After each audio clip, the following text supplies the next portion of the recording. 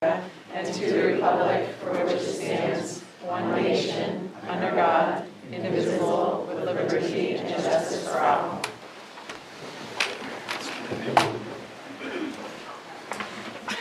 Sorry about the delay.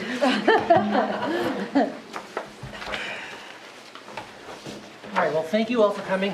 We begin with the public comment section. We have 10 folks signed up to deliver public comment tonight. Thank you for that. Just a brief review of the rules regarding that. Of course, things like please don't make public comments either criticizing or praising individuals who are either students or employees of the district. You can say what you want about the board. We're going to ask folks to limit their comments to 3 minutes each. That with 10 folks signed up, that'll give us our 30-minute public comment period, which is what we like to limit our public comment period to. Great.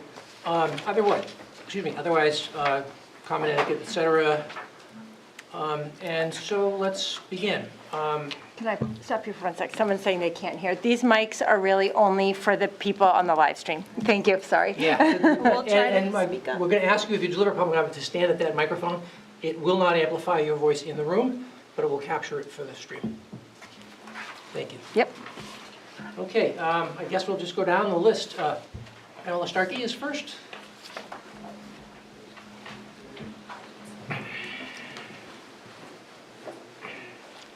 Good evening, members of the board and Superintendent Caverly. Today is Autism Awareness Day. I want to take a moment to emphasize the importance of true inclusion in our schools. Inclusion isn't just about placing students in the same classrooms. It's about creating an environment where every child feels valued, supported, and empowered to thrive. When we foster understanding and embrace different ways of learning, we don't just support our students with autism, we build a stronger, more accepting, and enriched community for everyone.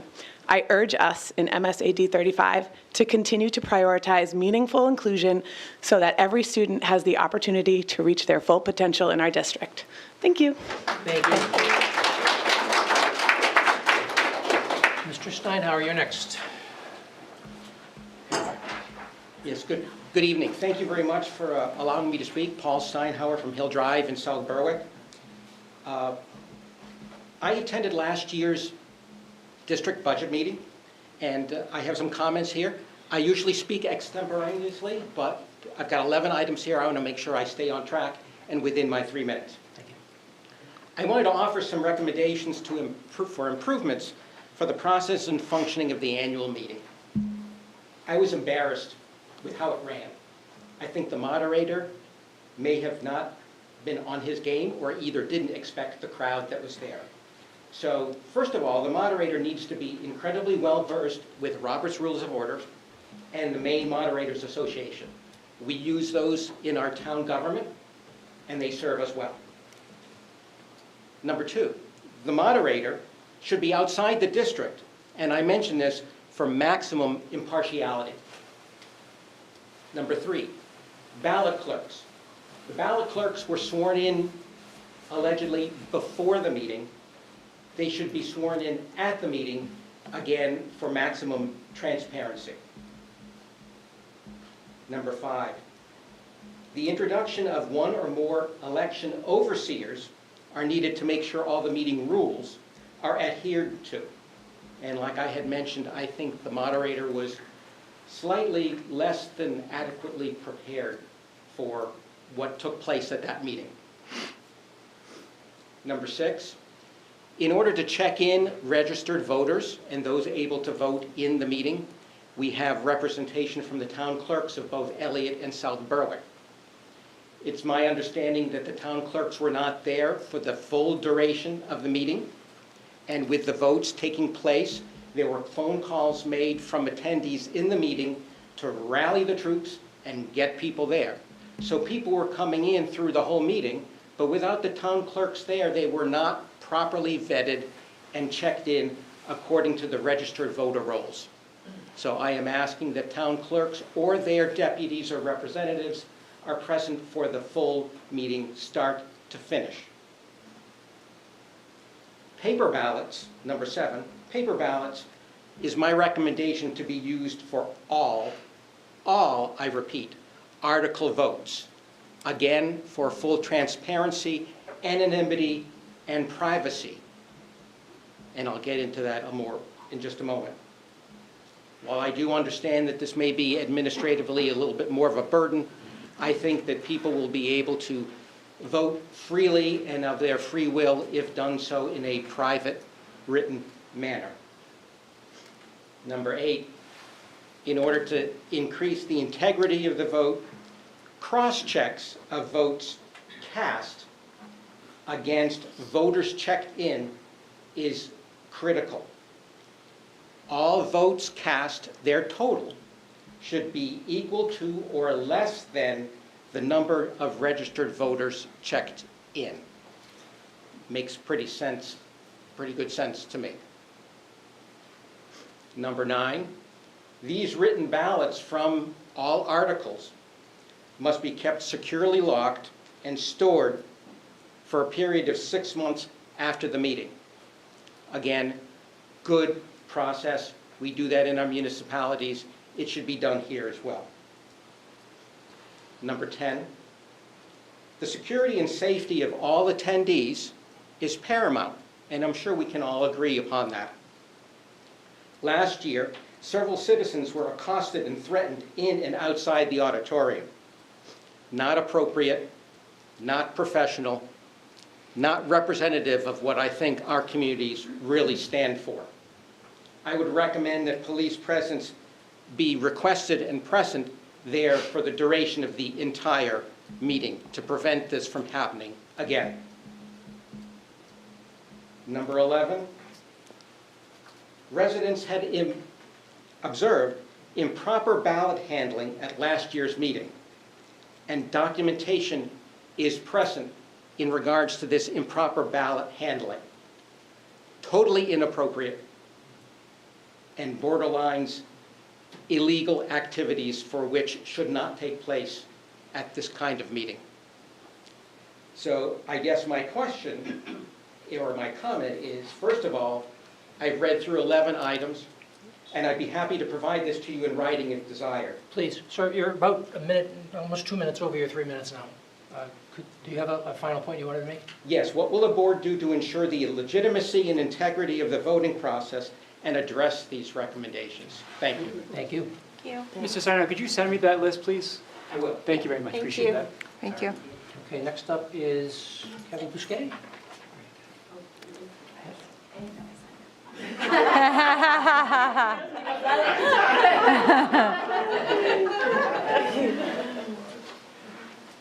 I didn't really prepare anything. I just wanted to speak as, Kathy Bousquet, 4 Great Works Drive, South Berwick, Maine.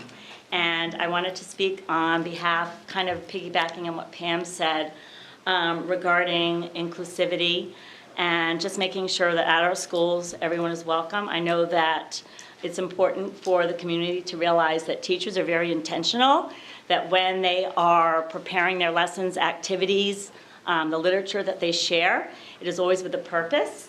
Oftentimes, it is based on a theme that is going to help kids to, I have a couple things though, right? To spark their curiosity, ask questions, and encourage an interest in the world. It's also to help them understand and appreciate those that are different from themselves.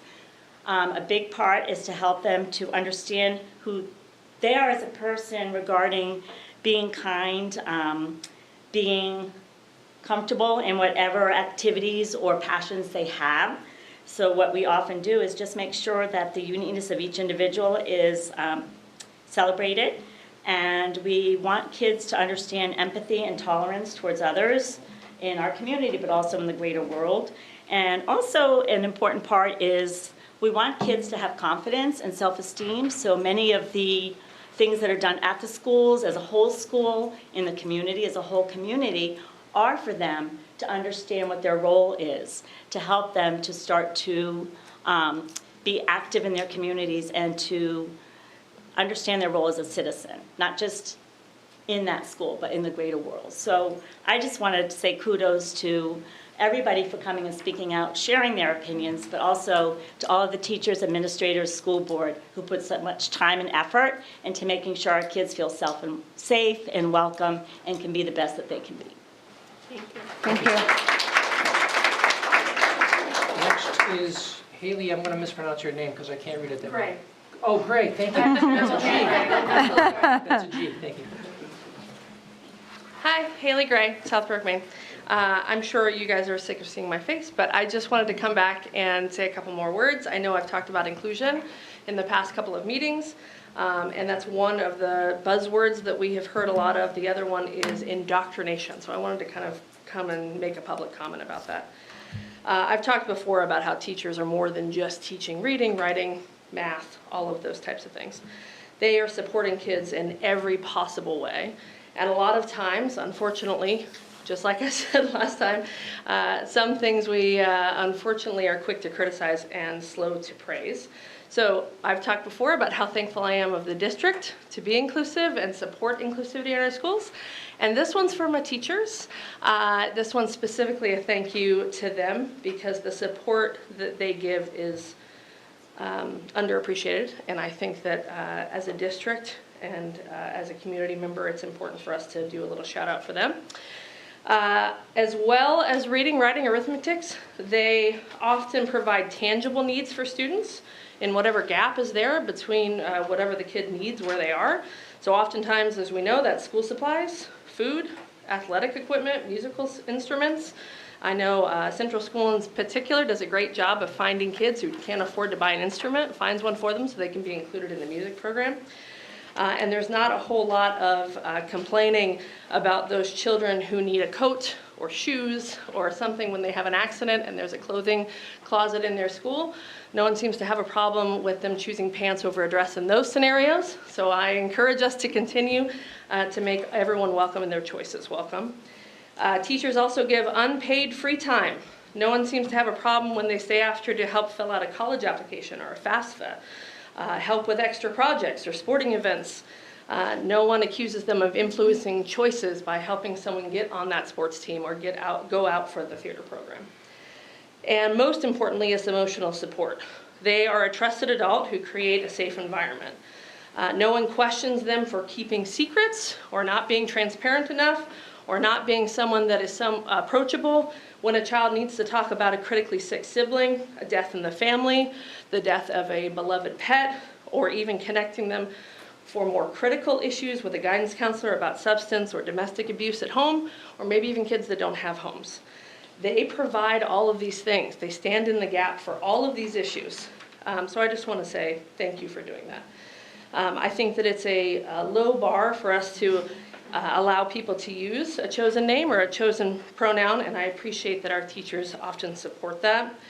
I just want to say a personal thank you for all the things that the teachers in this community has done for me and my family and the community. Food, pencils, shoes, fluorescent hats to keep kids safe in nature walks, finding the 6th book in the Percy Jackson series when my kid wouldn't stop talking about it, sending home 7 copies of the same permission slip because my kid kept losing it, and saying thank you for all the unpaid time and advocacy.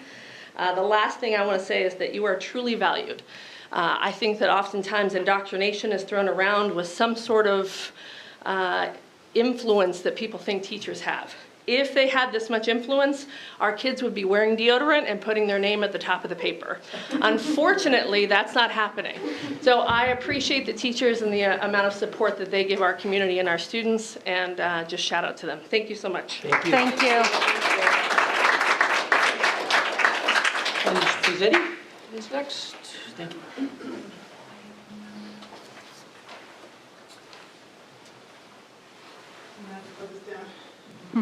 Just kidding. All right. I'm new to the district. My daughter's in kindergarten, but I'm an educator in a different district. So I thought it was super important to come here to, again, support inclusion, not to sound like a broken record, but let's break the record. So when I heard about what was happening here, especially considering a couple of my own daughter's peers, I was a little shocked. I was like, not my community. So I just came here to kind of defend inclusion because it needs to be defended.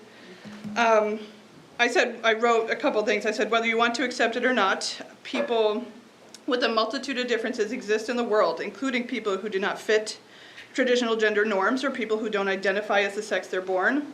So our children will interact with these people inevitably, and we can choose to demean, hide, and ostracize the differences, or we can teach them that everybody deserves love equally. So, since trans individuals often are the target of some of these attacks, I thought I'd include a little bit of data about trans students in Maine.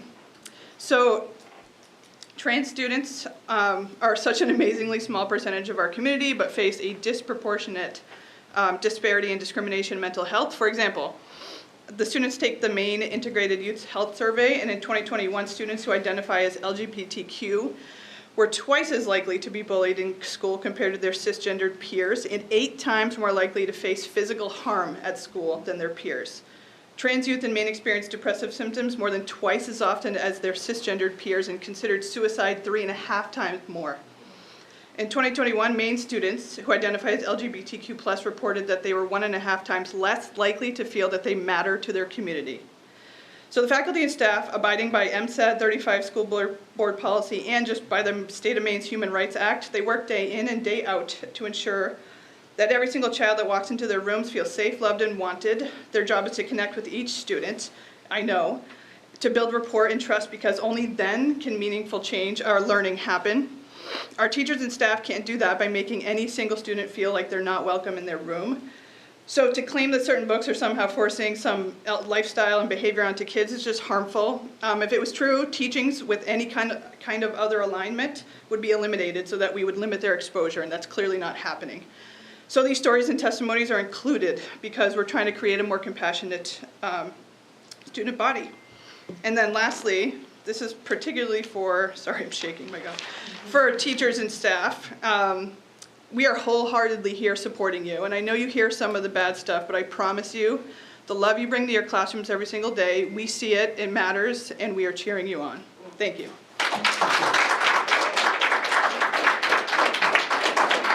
Ms. Watts is next. Yes, no, Amanda Watts? Okay. You just signed in to be at the meeting? Oh, I signed in. Oh, yeah, no, okay. No, it's fine. You're not obliged to come. No, you're fine. Ms. Peak. I'm going to take Amanda's time as well. Yes.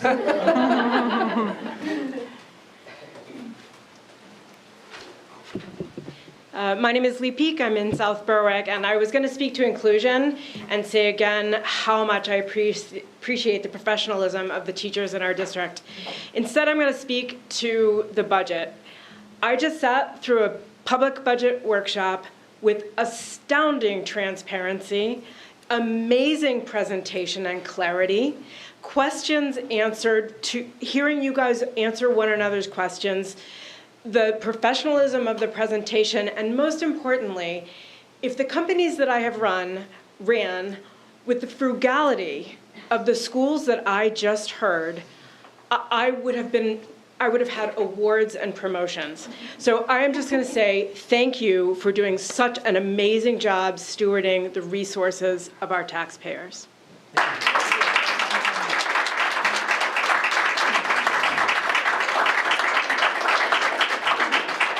Ms. Herbold.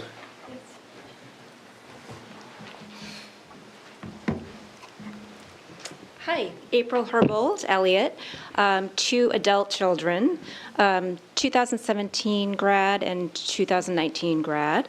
And I just wanted to come to say that before my husband and I moved to this area, we lived in Portsmouth for 6 years, started having children, decided, okay, let's find a place to live that has a very high quality education.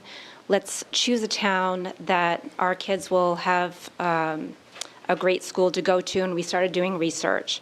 That's when the Marshwood school system kind of came to light. We moved to Elliott for that main reason.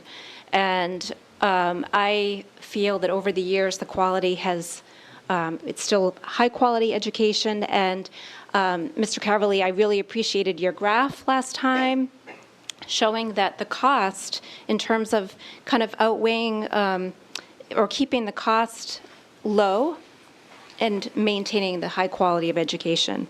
And I think that's really rare. So I just want to thank you all for that. I wanted to provide just a quote from Ken Robinson, who's a British educator and author. Education is always about relationships. Great teachers are not just instructors and test administrators. They are mentors, coaches, motivators, and lifelong sources of inspiration to their students. And I can think of even when I was growing up in Eastern Maine, I had older parents, bit of a generation gap.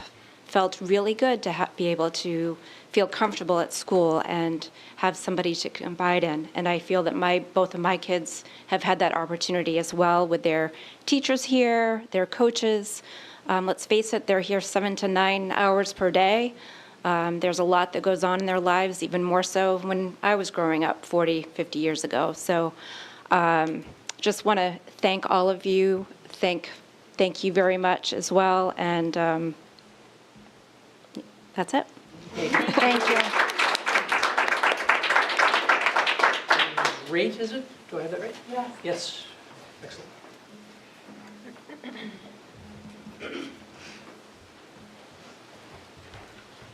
Hi, Brooke Ray Elliott. I wrote a letter to the school board today and I sent it to you guys, but I also wanted to read it because I wanted to make it a public comment. It's also about inclusion and being supportive of our teachers. My name is Brooke Ray. I live in Elliott with my husband and 2 children. Both attend Elliott Elementary School. Lewis is in 1st grade, Emily is in kindergarten. We feel very fortunate to live in this beautiful town and have our children attending EES. Over the past 3 years, since my son started in public pre-K program here, we have been overwhelmingly grateful to the teachers and staff who have consistently provided a rich and accepting learning environment. Both of my kids have special needs. Both have thrived both emotionally and academically. My daughter has a dual diagnosis of autism and ADHD, and my son has ADHD. When my son was halfway through kindergarten, his maturity and ability to control his impulses and focus at school skyrocketed, and by the end of the year, he was taken off his IEP. He continues to thrive this year in 1st grade without any special services.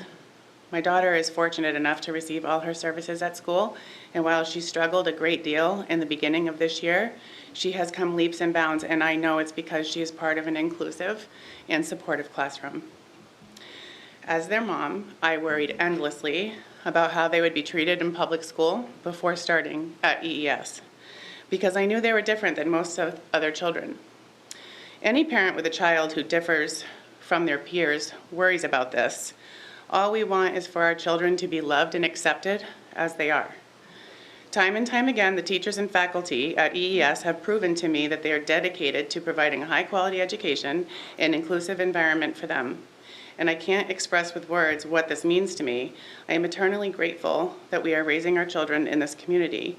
And every single family whose children attend our schools deserves to feel this way, regardless of what their children's or family's differences are.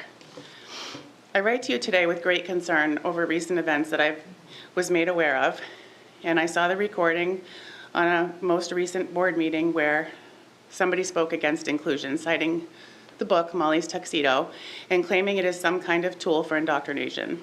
This perspective of an innocent story is outrageous. And I think it's important that the MSAD 35 school board and the teachers and administrators of the school know that they are supported by their community. We must push back against these dangerous and irresponsible attacks. Inclusion in a public school is vital to the education, health, and safety of our children, and we must protect and defend it. We look forward to our children growing up in the Marshwood School District, and we hope that the curriculum continues to represent, include, and support all children, and encourages them to be their authentic selves. Thank you.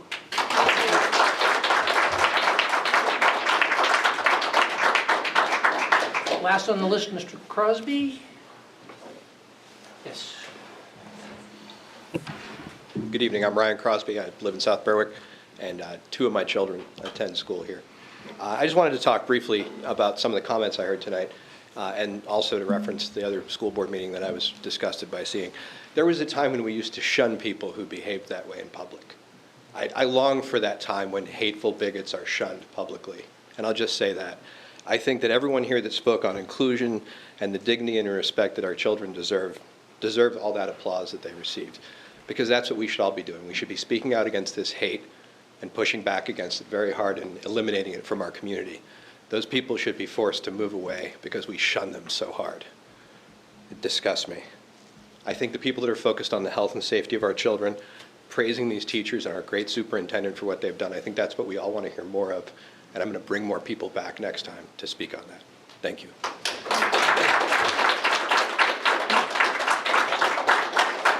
That concludes our public comment period. Thank you all for delivering comment tonight. Much appreciated. That brings us to the report of the secretary. May I have a motion, please, to approve the minutes of our last meeting? I move to approve the minutes of the regular meeting of Wednesday, March 19th, 2025. I'll second, Lisa. Lisa, thank you. Comments or questions? Nicely done, as always. Any other comments from the board or questions? No? All in favor? That's 5-0. Thank you.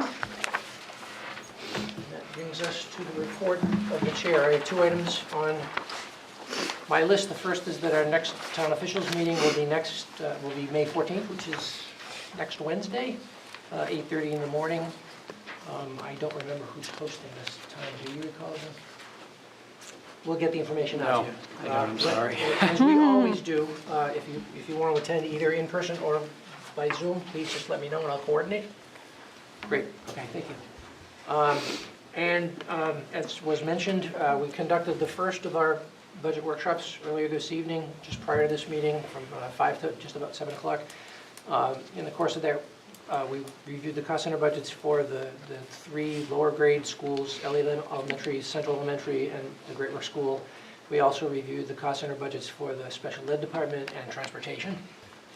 We will get to the rest of the list at our 2-hour meeting next, or 2 Wednesdays from now. The 16th. 16th. Oh, yeah. sorry, is it the 16th? 16th. 16th. 16th, yeah. I apologize. That's right, yeah, accommodate vacation. 16th and 30th. 16th Yep. and 30th. Yep. Yes. Funny, Good. month So, of 3. as always, those are open to the public. You're welcome to come in and listen. That's the update there, and that brings us to the report of the superintendent. Thank you very much. I just wanted to provide a brief budget update. There are 2 variables that we're still waiting to get clarity on. The first is property and casualty insurance. We have been told that the average rate is going to be about a 12% increase by Maine School Management Association. We are concerned because we have had 2 significant claims in the last 2 years. And so I just want to, again, it was brought up at the district budget meeting last year about do we have insurance for these types of things? And we certainly do have insurance for those types of things. But when we overuse that, we run into a situation where we see rate increases. And so we have had 2 major issues that we had to address, one being the pipes last year at the lower parking lot coming up to the high school. And so I do expect that it's going to be greater than the 12%, which is the average. We have budgeted approximately 18%. I'm hoping that that's in the right area, and we should have clarity for that by the next board meeting. The other is the MA Benefits Trust, and this is really a big tumbler that would need to fall. The MA Benefits Trust has put out an email basically stating that the minimum increase is going to be about 4%, and the maximum is going to be about 16%. And so for us, that varies greatly. It's about $40,000 approximately per percent for the increase in cost in health insurance. And so obviously $160,000 to potentially $640,000, just doing quick math in my head, is significant. I do believe that we are going to be on the lower end of that. We have budgeted 6.75%, which translates to 7.5%. So I do expect that to be lower. I just don't know. The plan, from our understanding, is that we should be notified by April 11th. So my goal would be able to bring that information back to the board and then make any recommendations accordingly once we have that information. So those are really the 2 final things that we're kind of waiting on at this point in time. I do also want to mention about trying to access and leverage any money that we have. We have worked really hard, and I want to publicly thank Ryan Cormier and Scott Rooning for working with the state of Maine. We have been able to procure another Minotaur that actually has a wheelchair accessibility part to that, and so that can be used for our students in our 3 to 4-year-old special education programs. We can get them to and from school. On an exciting part, that program started at about 32 students, and now we're up well over 50, and we expect to be in the 70 ballpark by the end of the school year. And so to be able to have that vehicle that does not require a CDL for a person to drive, but also provide 14 seats plus wheelchair access is critical. I think one of the things that when we talk about students' needs, it's important for students to be on the bus with their peers. And so to be able to do that, that is really, really important, as opposed to having a wheelchair student needing to be in a van where they're by themselves and isolated. So yeah, we're really thrilled with this opportunity, for our students going forward. So any questions about the budget updates? Okay. I had a visitor last Thursday, the 27th, from the Elliott Historical Society, and I was provided a picture for the central office. So this picture is neat in its own right, but I was then informed that actually where Marshall Middle School is and where the superintendent's office is, it used to be the heart of Elliott. And that's kind of like one of those lost history pieces. And so the Historical Society provided me a picture of kind of the history of where the train depot was, where the Bartlett Farm was, the B&M Depot, which is, Boston, Massachusetts, Boston, Maine Depot. And so we are going to be working with our middle school to be able to kind of give our middle school students a sense of self in place, and to be able to see, like, you're on this Marshall Middle School grounds, but what is the significance of that? And so we're going to be working with the Historical Society to be able to do that and incorporate that into part of our curriculum. So thank you for the gift. It will go in the office. I know when Mrs. Sarabona comes to see me, there's something else coming, and so thank you very much. Yes, thank you. That's amazing. That is amazing. Wow. I didn't know that. Did you know that? No. And Jan came in with a big smile on her face and said, I'm going to give you a gift. So cool. Excellent. Neat stuff. I do want to share some really exciting news. One of the things that the board has really worked on is trying to create a more meaningful curriculum at Marshwood High School. And so one of the ways that we do that is really trying to create that dual enrollment opportunity where a student can earn high school credit while at the same time earning college credit. And so one of our goals this year was to really work in the foreign language department, and I'm really happy to report that our Spanish 4 course next year will be offered as a dual enrollment course. So students who take Spanish 4 will have the opportunity to receive college credit from, I believe it's Southern New Hampshire University. And then they would also then be able to access Spanish 5 to be able to get AP credit for that, which would be an AP Spanish course, to be able to almost get 2 levels of credits as they can earn before going to school.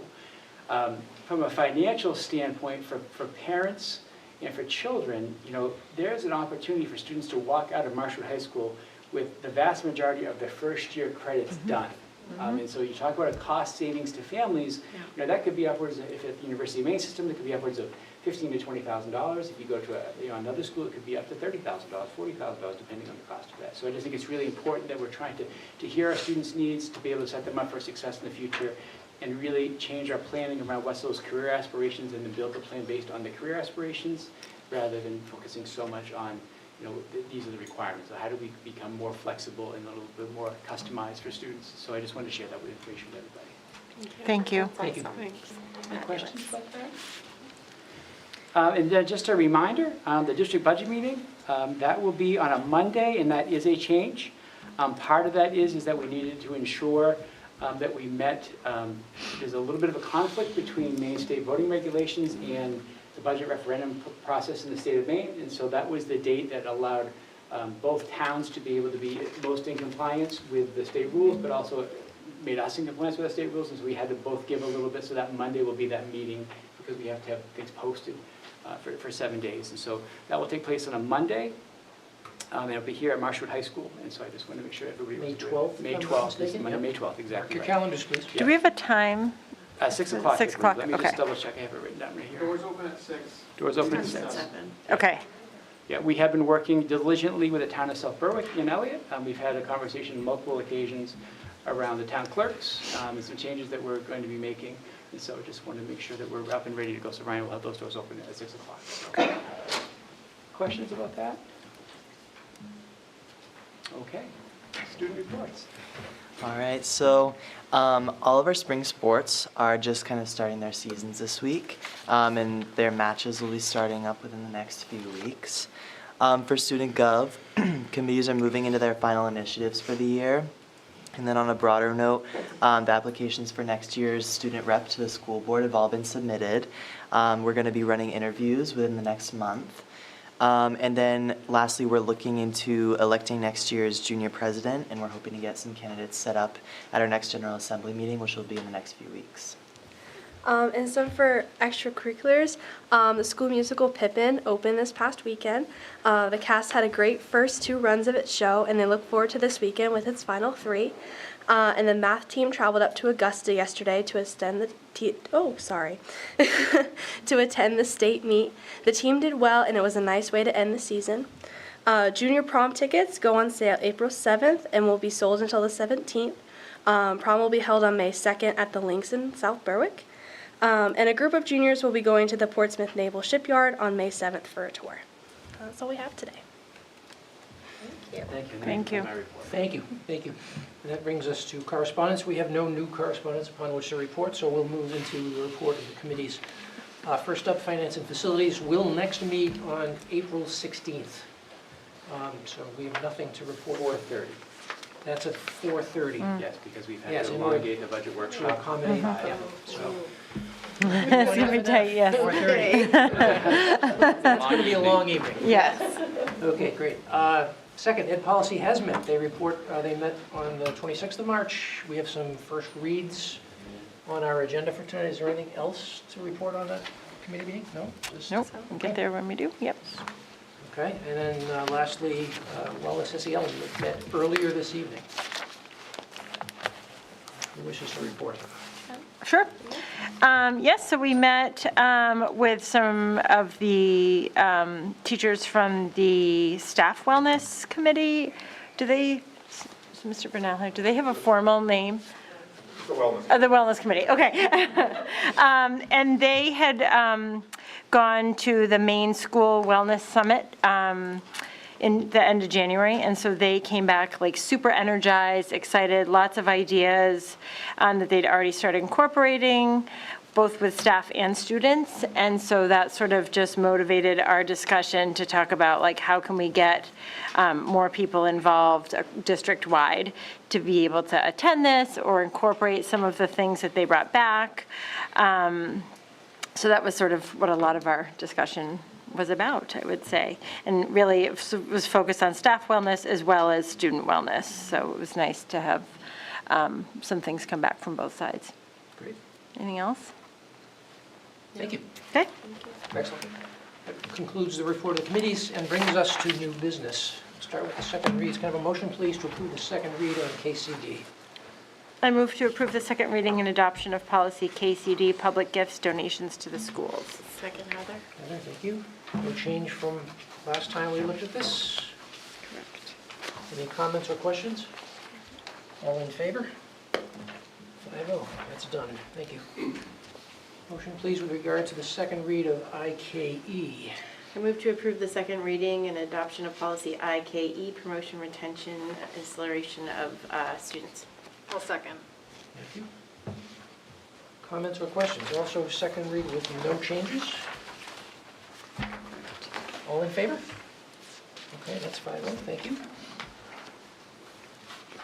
Motion, please, with regard to the second read on IK. I move we approve the second reading and adoption of policy IK, evaluation of student achievement. Second, Jen? Jen, thank you. Same thing. Second read, no changes. Comments or questions? All in favor? 5-0. Thank you. And a motion, please, with regard to the second read on IHBA. I'll move we approve the second reading and adoption of policy IHBA, individualized education program. Second, Heather. Yeah, thank you. Second read as well with no changes from last time. Any comments or questions? All in favor? Okay, that's 5-0. Thank you. Motion, please, with regard to the second read of KI. I move to approve the second reading and adoption of policy KI, visitors to the schools. Second, Heather. Heather, thank you. Same thing? Yep. No changes. Comments or questions? All in favor? It's 5-0, thank you. Okay, we come now to our first reads. May I have a motion, please, with regard to the first read on DD? I'll move we approve the first reading and discussion of policy DD grants. Second, Lisa. Lisa, thank you. This is a new policy. Yes. Yes. Okay, we did not previously have BD. Correct. Okay. Anybody want to give a quick highlight of this? Certainly. This was really trying to take what we currently are doing and making sure that when we have grants that are added, that everybody's on the same page. And those grants that require future or long-term commitment from the board, whether it's financial or what have you, those would all come to the board. If it won't more though, like the mini grants from from the MEF or those types of things that are more building centralized, that is kind of a one hit, and then we can manage that at the building level. Right. So that would go through myself with one of the principals. Very good. Comments or questions? All in favor? Okay, that's 5-0. Thank you. Can I just add one thing? I think Please. one of the issues that, and I had an opportunity to interact with one of the co-presidents of the MEA, the QEA, pardon me. And so we want to make sure that, teachers have this great passion to do things, and we want to make sure that there's an equity between classrooms, and so we just want to make that very, very transparent. So having that communication with the principal is the goal. It by no means is to try to tamp down and not support those types of things, but we just want to make sure we always keep the bigger, picture in question in the view, pardon me. Where we don't want one, third grade classroom doing something vastly different from another third grade classroom. We want to be able to have that equitable experience for all students within that grade level. Obviously, there's the art form of teaching, which where there may be some gray area, but the reality is we want to make sure that there's equitability between those. Okay. Thank you. Motion, please, with regard to the first read of JJIF. I move to approve the first reading and discussion of policy JJIF, management of concussions and other head injuries. Second, Heather. Thank you. This has some substantial changes to it. I think we thought this was going to be easy. This was a doozy. So, yeah, there's a substantial amount of change, and we had a lot of conversation about this at the previous policy meeting last week, and I think that it's really, what are we doing? Because it's like a new, there's procedures, there's a whole slew of Yes. things that come after There was a this, so DOE getting this right update, yes. is gonna be really So I important. think big picture, years ago, people really focused on collision sports, and that was really kind of the basis of the concussion part. Obviously, it's far more than that. And so, the state of Maine gave some recommendations where there's some pretty clear time away that kids need to be able to have from any type of contest, but also we needed to clarify for families like what the process would be within the school building and what does that look like and how do we get our child supports who might need some short-term supports as they're coming from a concussion. And so we created this great form, JJIF, a few years ago to try to streamline things. And as we reviewed this, what we found is that we felt it was really important to kind of break things off. And the state of Maine has this outstanding form that kind of breaks things down a little bit more clarity. It is a return to learn strategies, which I think is really a great way to say that. And then return to sports strategy. And so those are very, very different things, and I think we wanted to make sure that we had both of those issues addressed in our changes to the policy. And then in this case, it would be the yes. There was also I think, a little bit of an issue too, where it was assumed that a concussion was because of sports, whereas we really can have a concussion any Outside which of way. school or Right, anything. right. Right. So just some of the language and all of that. I have caught a couple of little things that I would want to mention Please. for possible updates, but I haven't, to be honest, gone past page 2. So in the 4th paragraph, third line at the end, after school counselor, it's comma and that and doesn't need to be there. Gotcha. And then on the second page, first paragraph, last sentence, after drama, I think that it should say and other activities because it's not inclusive of only those things. And that's as far as I got, honestly, and I'm glad this is a first read because I don't know what the process is, but I would want a little bit more time, I think, with this. And I should have done that That's why we do 2 reads. admittedly prior to the meeting, so I apologize. I don't know if this is the right time to take a few more minutes with it, or, We can do it between now and the next read, that's fine. to be honest, I thought this was coming back to the policy committee. before it got here, so I don't know why I thought that. But this is so great, and this came out so nice. This looks awesome. If you would like to, certainly the board can vote down this policy, and then we can bring it back to the next policy committee meeting if you want to take a deeper dive of it. We certainly could do that. That would be the other option that we could do. Is there some type of urgency with it, though? I mean, in terms of making the update? I can't remember. There's if been some Rich changes has- in state expectations. Okay, And yeah. so I think the example, and forgive me if I get this not 100% correct, but there was that discretionary 1 to 5 days out of competition where I think the state says Right. that you need to be 5 days out. Like just trying to draw that very clear piece when there's a concussion. I think the other part is from our standpoint, it was just the helping parents understand the expected communication, so that who do they communicate, and then Yeah. for instance, if they're if you're an athlete, let's just say, or you're in the theater and you happen to fall on the stage and bang your head and you suffer a concussion, who do I contact? Like, who do I send an email to if I'm a parent so I can get that ball rolling so that when my child returns to school, those plans are already underway and it's a known fact of what's occurring. And so I think those are what we need to do. I don't think there's any pressing matter that has to be approved as a first read tonight. If you want to take that back to the committee, this was confusing as we tried to pull apart and really kind of differentiate between getting out of the solely athletics mindset to and I love the return to learn. The return I love to that. learn is Yeah. perfect. Yep. So we found that obviously through the DOE then? Yes, Yeah, that's correct. yeah, yes. that's great. Yeah, and that was provided by MSMA. Yes, yeah, that's great. Would the members of the policy committee prefer to have another whack at this? I would, Sure. yes. Fine with me. All right, so the recommendation then is to vote down the first read, and we'll table it to. Yeah, and just for clarity, by voting down the first read, we'll keep our current policy in place, so there's no change. Right. And then we'll just review this again to make sure that it encapsulates what we're doing. Perfect. Okay, any other comments or questions? Let's see who paid attention. All in favor of the first read?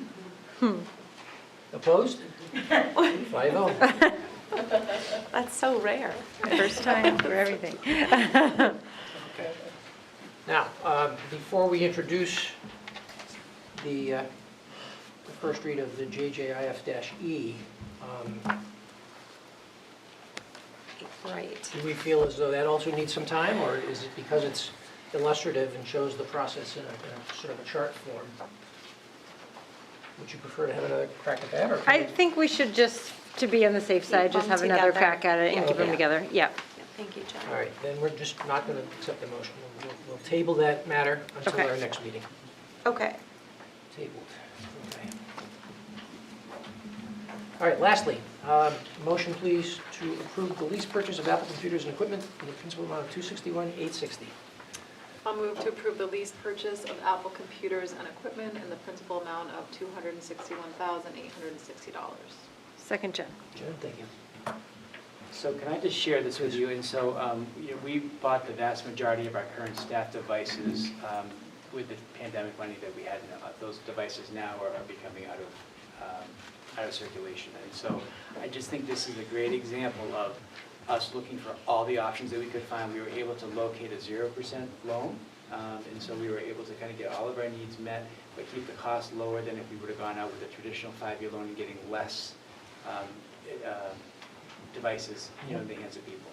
And so that's really important. The other part of this is as you notice within the budget, there are some positions that will fall under the early childhood 3- and 4-year-old special education programming. And so some of the costs would be taken up with that. And so, just to be clear, again, just trying to maximize our resources to be able to meet our needs, but do it in a fiscally mindful way. Great. Other questions or comments? Okay, all in favor? It's 5-0, thank you. That concludes our new business and brings us to building administrator check-in. We have the lower grades tonight.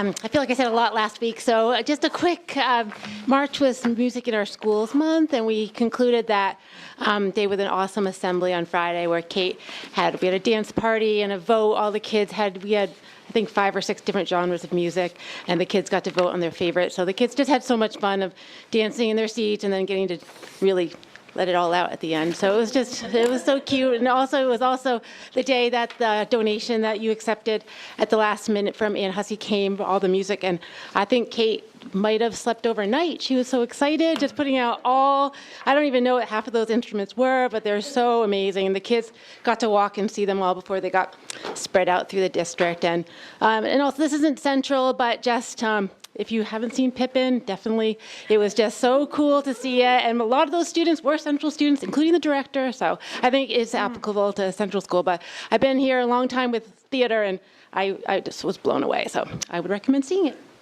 Thank you.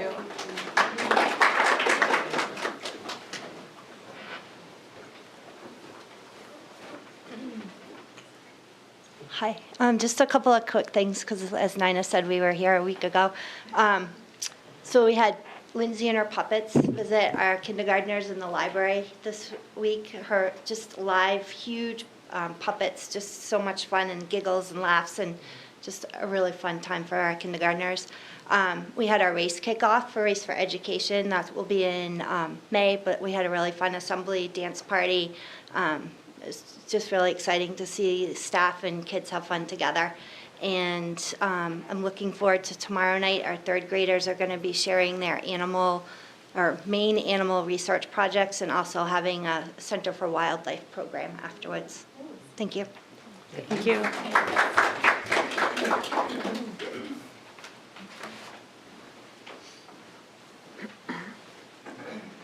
Yeah, we talked a lot last week. We also talked a lot this afternoon. We've been here, that's 5. So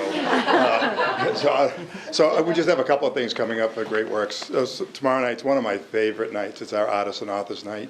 And so it's just, I think is it 5 to 7 or 5:30 to 7:30? 6 to 8, thank you, Pam. I'm going to come back to you on something else, Pam.